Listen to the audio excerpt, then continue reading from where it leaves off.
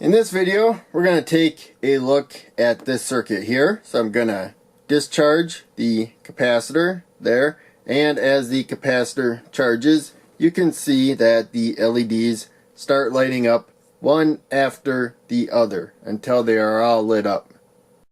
And here is the circuit schematic. So first, we're going to focus on this part right here. You saw that we had 4 LEDs that started lighting up as the capacitor charged.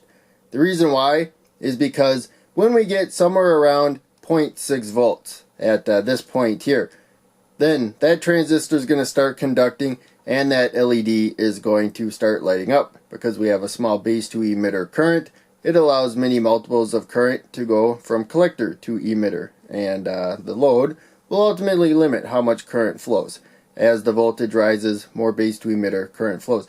Now we have a diode here, and then the base to emitters a diode drop, as is that one. So it takes about 1.2 volts now for the second LED to light up. So as the voltage rises, you get up to about 1.2 volts, that one starts lighting. And then about 1.8 volts before the third one starts lighting, and about 2.4 volts before the fourth LED starts lighting, because each one of them has another diode that you need to get current to start passing through, and each one of these diodes, the rectifier diodes, drops about 0.6, 0.7 volts.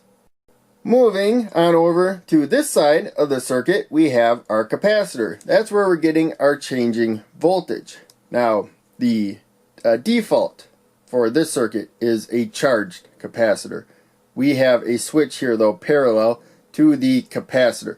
We can instantly discharge it, and I'm just using a jumper. I'm bridging the gap with the jumper, but you could also use a mechanical switch. Close the switch, you'll have a direct connection to ground, the capacitor will discharge instantly. Now when you open the switch, remove the jumper, in this case the capacitor starts charging through a 30,000 ohm resistor.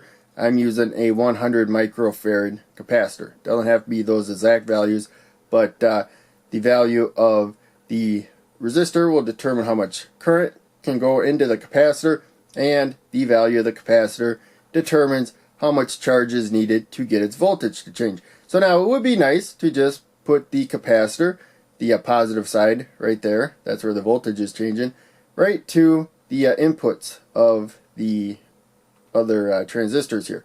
But it's 33,000 ohm resistor there. You can see the base resistors here only have 10,000 ohm resistors, 10 kilo ohm, and so it would be drawing way too much current away from the capacitor for it to charge. So we have an NPN bipolar junction transistor wired as an emitter follower right here.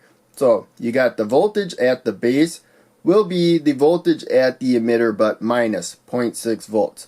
So the voltage here will be 0.6 volts lower than what it is at the base. But ultimately, a very little trickle of current will need to go through base to emitter, but ultimately that allows many multiples again of current to go from collector to emitter, and thus the voltage will build up there, and the current will be provided from collector to emitter to the rest of the circuit. So now coming back to the circuitry here, I forgot the 10 kilo ohm resistor. Somehow I took it off the board from the emitter to ground. That helps hold the voltage at the emitter that you're setting at the base, but minus 0.6 volts. So again, 0.6 volts lower than what you got at the base. But as we saw earlier, it looks like the circuit worked just fine without it. So that's not always required, but it's a good idea to have that 10 kilo ohm resistor right there. So first, we're going to look at, we can do another demonstration of this as is like that. So we discharge the capacitor, it's charging, the LEDs started lighting up one after another.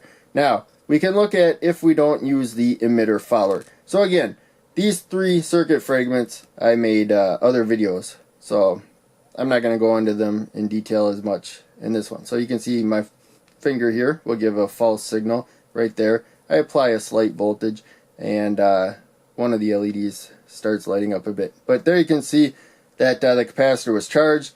Once I connect it to the input of this circuitry there, that circuitry is drawing too much current. It started discharging the capacitor right there. And if now enough is going to get some of the LEDs to light up, and that's about as far as we can go. So we definitely need, we'll go to the emitter right there, this amplification. So it amplifies the amount of current that is provided by the capacitor. The capacitor hardly provides any, just enough to tell the transistor what to output, and then the transistor picks up that extra current right there to hold that voltage. So that's it for this circuit. Hope you enjoyed. Make sure you check out one of the other videos I'm posting on the screen. If you can donate, please do. I have links down below. That would help out the most. But just watching videos helps a lot too. I really appreciate that. Thanks for watching. I'll see you in the next video.